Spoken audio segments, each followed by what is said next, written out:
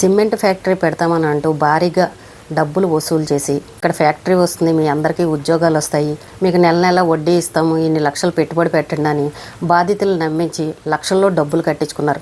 మంగిలి వ్యవహారం చూస్తుంటే భలే బాధ అనిపిస్తుంది. పాపం నిజంగానే ఆ అమ్మాయికి ఏమీ తెలియదు అనిపిస్తుంది. ఎందుకంటే తన చుట్టూ ఉన్నవాళ్ళు తనతో ఫ్రెండ్షిప్ చేసి నమ్మించి మోసం చేశారని అనిపిస్తుంది. ఆ అమ్మాయి కళ్ళనీళ్ళు పెట్టుకుంటుంది, సవాలు విసురుతోంది.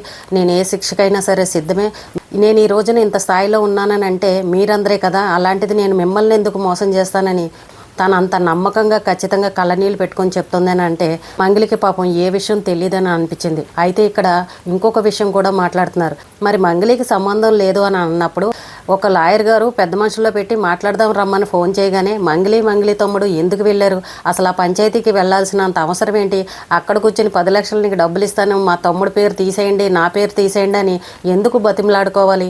మరి ఈ విషయాలు కూడా బాధితులు అడుగుతున్నారు. సంబంధం లేనప్పుడు అసలు వెళ్ళకూడదు కదా.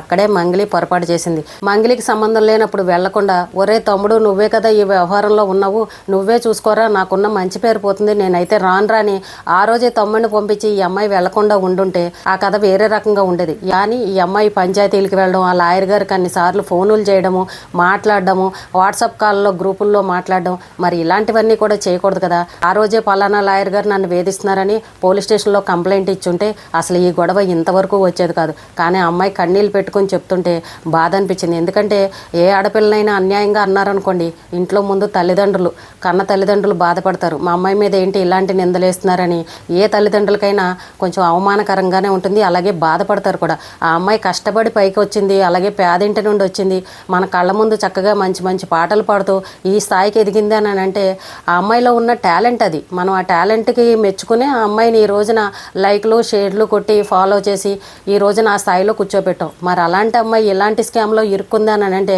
అందరికీ కూడా అనుమానంగానే ఉంది. నిన్న సుమన్ టీవీ రోషన్ ఎవరైతే ఉన్నారో ఆయన చక్కగా బాధితులతోటి మాట్లాడారు. ఆయన మాట్లాడుతుంటే ఈ బాధితులు అందరూ కూడా ఒక్కొక్కటి వివరంగా వీళ్ళు పెట్టిన మెసేజ్లు, ఎవరు మంగిలి తమ్ముడు పెట్టిన మెసేజ్లు చూపెట్టారు.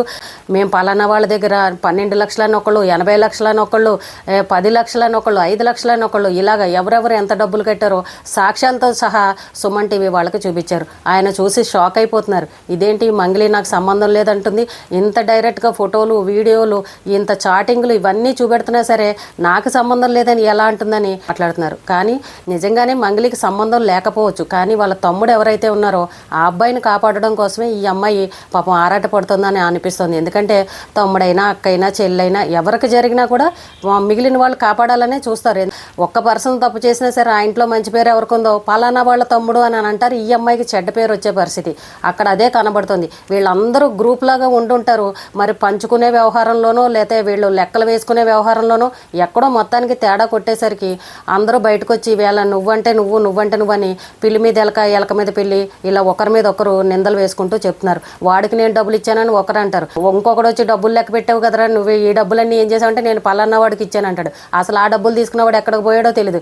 ఒక పక్క బాధితులు పాపం పోలీస్ స్టేషన్ దగ్గరికి వెళ్ళి రోడ్ల మీద నిలబడి మీడియా వాళ్ళతోటి ఎండలో చెమటలు కారుకుంటూ మాట్లాడుతున్నారు. వాళ్ళని మాత్రం ఎవరు కూడా లోపలికి వచ్చి కూర్చోండమ్మా అసలు ఏం జరిగిందని ఎవరు కూడా ప్రశ్నించట్లేదు. కానీ ఇక్కడ పోలీసులు తీరు చూస్తుంటే కూడా జనాలందరికీ కూడా కోపం వస్తుంది. సెలబ్రిటీ అనగానే మంగిలిని పిలిచి చక్కగా లోపలికి పిలిచి వాళ్ళ లాయర్ని పిలిచి విషయం ఏంటని కంప్లైంట్లు రాయించుకుని వాళ్ళతో ఫోటోలు దిగి నవ్వుకుంటూ మాట్లాడుతున్నారు. పాపం వీళ్ళు ఏం చేశారండి, ఆ సుబ్బు అన్న ఆయన బాధితుల తరపున మాట్లాడడానికి వెళ్తే ఆయన్నేమో బయట నుంచో పెట్టడం, డ్రంక్ అండ్ డ్రైవ్ టెస్టులు చేయడం, అసలు నిజంగా చాలా విచిత్రంగా అనిపిస్తుంది అనమాట.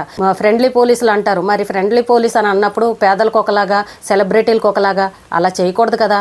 పాపం బాధితులు కంప్లైంట్ ఇవ్వడానికని వచ్చారు. వాళ్ళేమో పాపం వాళ్ళు ఎంతో డబ్బు నష్టపోయారు, రూపాయి దాచుకున్నారు, కుటుంబంలో తగాదాలు, భర్తలకు తెలియకుండా ఇచ్చిన వాళ్ళు, ఇలాంటి వాళ్ళ గురించి ఏంటమ్మా మీ బాధ అని వాళ్ళని అడగడం మానేసి సెలబ్రిటీలు తీసుకొచ్చి కంప్లైంట్లు తీసుకుని వాళ్ళతో ఫోటోలు దిగి అది ఎంతవరకు కరెక్ట్? అందరికీ సమానంగానే చూడాలి కదా. వాళ్ళకొక న్యాయం వీళ్ళకొక న్యాయం అలా చూడకూడదు. ఇక్కడ కోర్టుల మీద జరిగిన వ్యవహారం అని అన్నప్పుడు కొంచెం సీరియస్గానే తీసుకోవాలి. ఒక 1000 2000 1 లక్ష 2 లక్షలు అనుకోండి, పోతే పోనీ అని ఎవరైనా వదిలేసుకుంటారు. కానీ ఇంతమంది బాధితులు అంటే దగ్గర 130 మంది దాకా ఉన్నారని చెప్తున్నారు. వాళ్ళు కూడా లక్షల్లో డబ్బులు పెట్టారు. ఇక్కడ 10 మంది దగ్గర చూస్తేనే అక్కడ 10 కోట్ల దాకా వాళ్ళు చెప్పిన లెక్క కనబడుతుంది. అన్ని డాక్యుమెంట్స్ అన్నీ చూపెడుతున్నారు. కానీ ఇంకా మిగిలిన వాళ్ళు వేరే ఊర్లలో ఉన్నవాళ్ళు, ఇంకా బయటికి రాని వాళ్ళు ఇంకా ఎంతమంది ఉన్నారు. అంటే మరి 2 తెలుగు రాష్ట్రాల్లో కూడా ఇలాంటి బాధితులు ఉన్నారు. మరి ఇంత పెద్ద మొత్తంలో స్కామ్ జరిగిందని అంటే మరి పోలీసులు ఎందుకు సీరియస్గా తీసుకోవట్లేదో అర్థం కావట్లేదు. ఒక ఇంట్లో దొంగతనం జరిగింది, గోల్డ్ పోయింది, డబ్బు పోయింది అని అనగానే సీసీ కెమెరాలు చూస్తారు, వీళ్ళ దొంగను పట్టుకుంటారు. కానీ ఇక్కడ ఇంత పెద్ద స్కామ్ జరిగిందని అంటే అసలు వాళ్ళని ఎందుకు పట్టుకోలేకపోతున్నారు? అప్పుడే వాళ్ళందరూ చక్కబెట్టేసుకుని వెళ్ళి ఎక్కడో దాక్కున్నారు. ఇక్కడ ఉన్న వాళ్ళు ఒకళ్ళ మీద ఒకళ్ళు కేసులు పెట్టుకుంటున్నారు, కానీ అసలు దొంగలను మాత్రం ఎవరూ పట్టుకోవట్లేదు. ఆ బాధితుల బాధ మాత్రం ఎవరూ వినట్లేదు. ఈ సుమన్ టీవీ వాళ్లే కావచ్చు, మిగిలిన మీడియా మిత్రులే కావచ్చు, పాపం బాధితుల దగ్గరికి వెళ్ళి మీరెంత కట్టారు, మీరెక్కడికి వెళ్ళారు, అసలు ఆ సిమెంట్ ఫ్యాక్టరీ ఏంటి, ఎక్కడుందని పాపం వాళ్ళ దగ్గర ఉన్న ఫోటోలు వీడియోలు చూస్తుంటే ఈ మంగిలి తమ్ముడే మాకు చెప్పాడు అని, నేను దగ్గరుండి మమ్మల్ని తీసుకువెళ్ళాడని ఈ బాధితులు చెప్తున్నారు. మొత్తానికి వెనకాల ఎవరున్నారో తెలియదు, కానీ ఇది కోట్ల మీద బిజినెస్ జరిగిందని అన్నప్పుడు మొత్తం అసలు ఆ డబ్బు కట్లు ఆ టేబుల్ మీద పెట్టి మిషన్లో పెట్టి చెక్ చేస్తున్నారు చూసారా, ఆ డబ్బు కట్లన్నీ అసలు ఎవరి దగ్గర ఉన్నాయి అనేది ముందు బయటకు లాగితే అసలు విషయం ఏంటనేది తెలుస్తుంది. కానీ ఈ మంగిలి మాత్రం పాపం కన్నీళ్ళు పెట్టుకుని ఏడుస్తుందని అంటే నిజంగా అమ్మాయికి ఏమీ తెలియదనే అనిపిస్తుంది. ఎందుకంటే వాళ్ళ తమ్ముడు చేసిన తప్పుకి ఇప్పుడు ఆ అమ్మాయి నిందలు పడాల్సిన పరిస్థితి. కుటుంబంలో ఎవరు చేసినా సరే పాపం తిన సెలబ్రిటీ కాబట్టి ఆటోమేటిక్గా అంటారు కదండి, తమ్ముడిని కాపాడడం కోసం అని వెళ్ళి పాపం నిందలు తిన మీదకి వచ్చాయని అనిపిస్తుంది. ఈ బాధితులు చెప్పే పేర్లు ఎవరైతే ఉన్నారో ఆ పేర్లు గల వాళ్ళని పట్టుకొచ్చి పోలీస్ స్టేషన్లో కూర్చోబెట్టి వాళ్ళని విచారిస్తే అసలు విషయం ఏంటనేది తెలుస్తుంది. పోలీసులు మరి ఆ పని ఎందుకు చేయట్లేదో అర్థం కావట్లేదు. మరి ఇది సిబిఐ వాళ్ళ దగ్గర ఉంది కాబట్టి మరి మేం చేయకూడదు, వాళ్ళే చేయాలన్న ఆలోచనతోటి మరి ఉన్నారా, మరి ఆ రూల్స్ ఏంటనేది అర్థం కావట్లేదు. కానీ మరి బాధితులు ఎంతమంది పేర్లు చెప్తున్నారే, కానీ ఒక్కరిని కూడా ఎందుకు పట్టుకోవట్లేదు? అందరూ ప్రశ్నించే మాట ఇదే. ఈ మంగ్లీని ఈ లాయర్ గారిని వీళ్ళిద్దరి మీదే కథ అంతా తిప్పుతున్నారు, కానీ అసలు పాప మా బాధ్యతల గురించి మాత్రం ఎవరూ పట్టించుకోవట్లేదు. మీకు నెలకు 25,000 వడ్డీ ఇస్తాం, 102 గజాల స్థలం ఇస్తామని చెప్పగానే ఏంటో ఓ పొలం అంటూ వెళ్ళి కట్టేశారు. అంటే చూసారండి ఎన్ని కోట్లలో భారీ స్కామ్ జరిగిందో.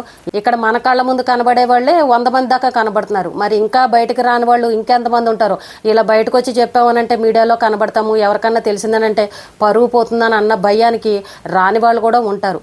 నిజంగా ఈ మంగ్లీ కనుక తన పేరు మళ్ళీ నిలబెట్టుకోవాలని అంటే ఈ బాధితుల తరపున నిలబడి వాళ్ళని ఎవరైతే మోసం చేశారో తనకి కొంచెం ఫ్రెండ్లీగా ఉన్నారు, తన ఇంటికి వచ్చేవాళ్ళు పరిచయస్తులే కాబట్టి వాళ్ళతోటి మాట్లాడి ఒరే దరిద్రులారా బయటికి రండిరా, వీళ్ళందరూ మన బస్తీ వాళ్ళు, మన కులం వాళ్ళు, వాళ్ళని అలా మోసం చేయకూడదు, వచ్చి వాళ్ళ డబ్బులు వాళ్ళకి ఇచ్చేయండి అని ఈ అమ్మాయి కనుక వాళ్ళతోటి మాట్లాడి ఎవరు డబ్బులు వాళ్ళకి కనుక ఇప్పించిందనంటే మంగ్లీని అందరూ మెచ్చుకుంటారు. ఆ అమ్మాయి మీద ఒక గౌరవం అనేది పెరుగుతుంది. ఆ పని చేసిందనంటే మంగ్లీ మీద వచ్చిన నిందలన్నీ పోతాయి.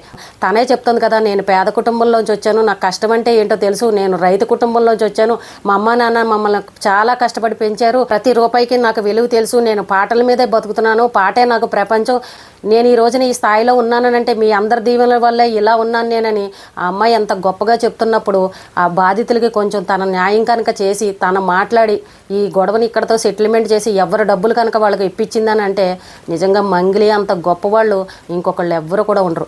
పైగా అమ్మాయి ఈ సుబ్బు లాయర్ గారి గురించి ఆయనకేమో శ్రీముఖ్ అంటే క్రష్ ఎక్కువ, బిగ్ బాస్కి వెళ్దామని ఇదంతా చేస్తున్నాడు.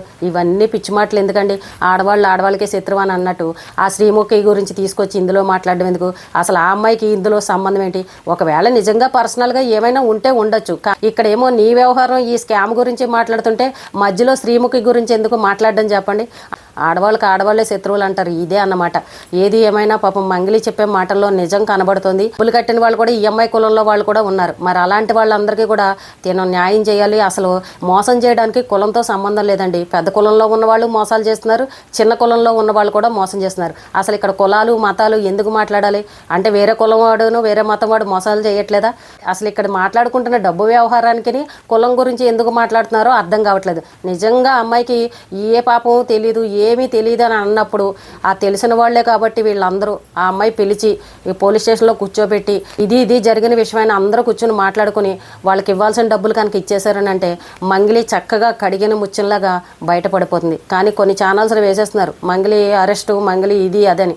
ఒక ఆడపిల్ల గురించి అలాగా వేయడం చాలా తప్పండి. ఎందుకంటే ఇంకా క్లారిటీ తెలియలేదు, నిజానిజాలు బయటకు రాలేదు, విచారణ ఇంకా జరగలేదు. కాబట్టి ఒక ఆడపిల్ల మీద అలా వేయడం మాత్రం కరెక్ట్ కాదు. చూద్దాం ముందు ఈ కేసు ఎక్కడి వరకు వెళ్తుంది, ఎవరు నిజాయితీ పరులు, ఎవరు కడిగిన ముత్యాలు, ఈ డబ్బంతా ఎవరి దగ్గర ఉంది, ఎవరు మింగేశారు, మరి బాధితులకి ఎవరు న్యాయం చేస్తారు, ఇలాంటి విషయాలన్నీ ముందు మనం కూడా చూద్దాం. ఈ రోజుకి ఇదేనండి. రేపు మళ్ళీ మరొక మంచి వీడియోతో మళ్ళీ కలుద్దాం.